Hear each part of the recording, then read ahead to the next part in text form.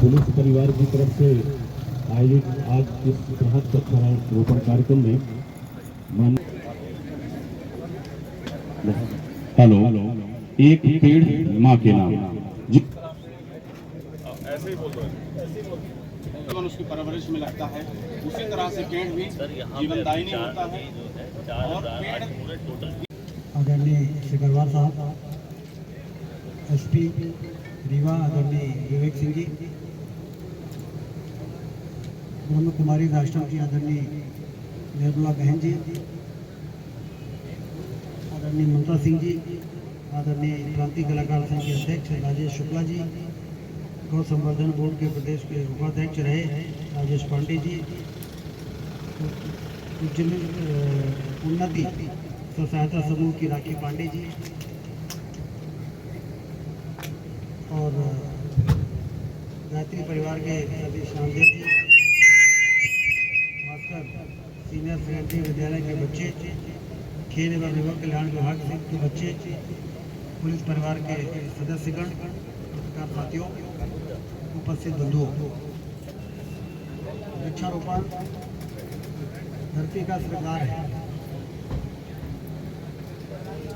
जहाँ पर खूब घने पेड़ होते हैं वहाँ पर बैठने का मन करता है, वहाँ पर बहुत अच्छा लगता है, सुंदरता बढ़ती है।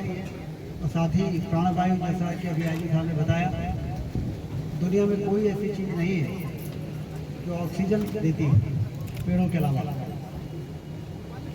यदि हम ऑक्सीजन सिलेंडर भी लेते हैं तो वायुमंडल से ही वो ऑक्सीजन को कन्वर्ट करती है। वातावरण के वायु को ऑक्सीजन में बनाने का काम ऑक्सीजन प्लांट करते हैं, लेकिन वातावरण में ऑक्सीजन कौन निकालता है? तो हमारे ये पेड़ ही हैं, पौधे हैं।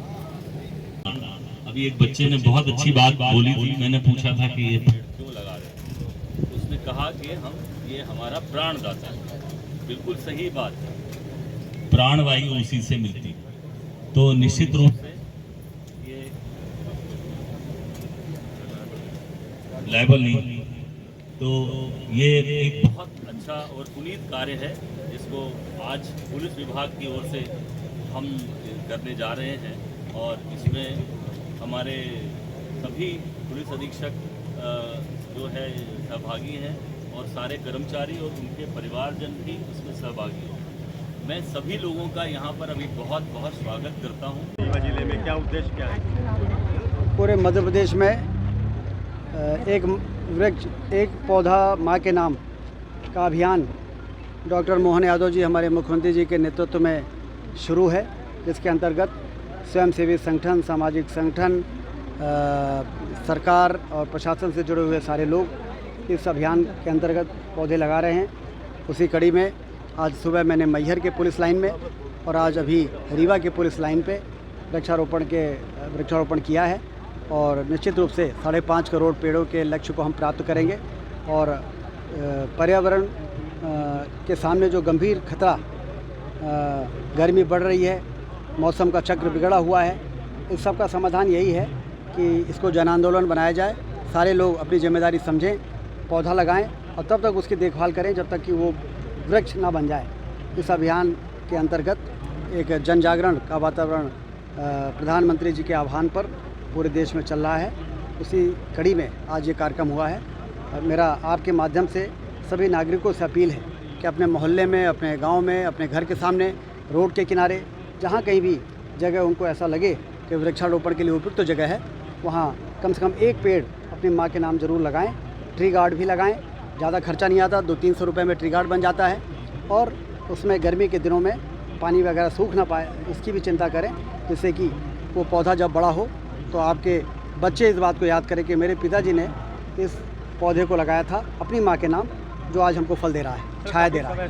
काफ़ी समय से आपके वहाँ प्रयास किया जा रहा है, हरा भरा रीवा हो, इसके रख रखाव के लिए क्या इंतजाम किए जाएंगे? रख रखाव के लिए लगातार इंतजाम किए जाते हैं। मैंने रीवा में जितनी फैक्ट्रियाँ हैं उनसे 15 साल पहले रोडें दे दी थी, हमने उनको रोड अलॉट कर दी थी।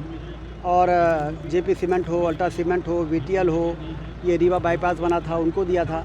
और हमने कहा था कि पौधा आप लगाइए और 3 साल बाद हैंडिंग ओवर, टेकिंग ओवर करेंगे और 3 साल बाद आपसे नगर निगम ये एरिया लेगा। तो वो अपने कर्मचारी लगा के पानी डालते थे। आज देखिए फॉरेस्ट डिपार्टमेंट से जो नगर वन बना है स्टेडियम के बगल में 12 एकड़ में कितना घना जंगल बन गया, और APS वन बनाया तो 2 बड़े वन भी बने हमारे रीवा शहर में 19 एकड़ और 12 एकड़ में। पिछले साल उसमें भी हमने 8000 पेड़ APS वन में नए लगाए और 3000 पेड़ नए नगर वन में लगाए। और रोड साइड में भी आपने देखिए कि चौराटा से रहतरा के बीच में डिवाइडर में अल्ट्राटेक सीमेंट को पकड़ के और उनसे डिवाइडर में पेड़ लगाया। साइड में JP सीमेंट से लगाया था।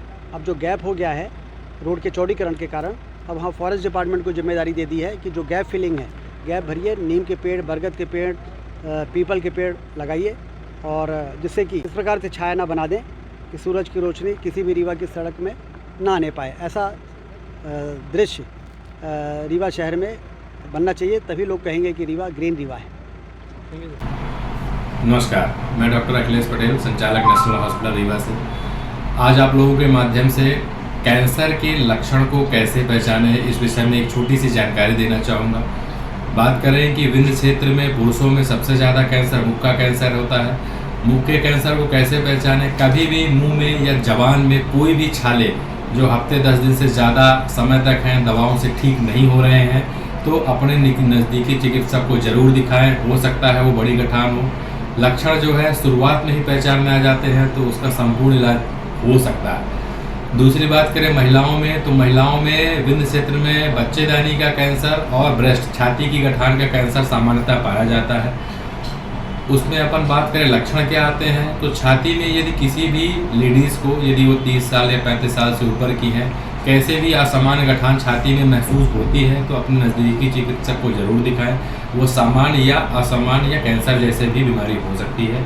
और महिलाओं की दूसरी जो सबसे बड़ी बीमारी है वो होती है बच्चेदानी का कैंसर। बच्चेदानी का कैंसर अमूमन 40 वर्ष के ऊपर की ही महिलाओं में पाया जाता है।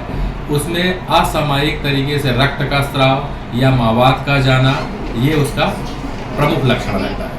तो यदि किसी भी महिला को असामान्य रक्तस्राव और मावात जाने की शिकायत लगातार बनी हुई है तो अपने नज़दीकी चिकित्सक को जरूर दिखाएं। ये हो सकता है कि बड़ी बीमारी हो। समय रहते यदि इसका पता लगा लिया गया तो इसका इलाज पूरी तरीके से उपलब्ध है। और ये इलाज हम नेशनल अस्पताल रीवा में आयुष्मान, ESIC एवं विभिन्न सरकारी योजनाओं के द्वारा निःशुल्क उपलब्ध कराने के लिए संकल्पित है। नमस्कार।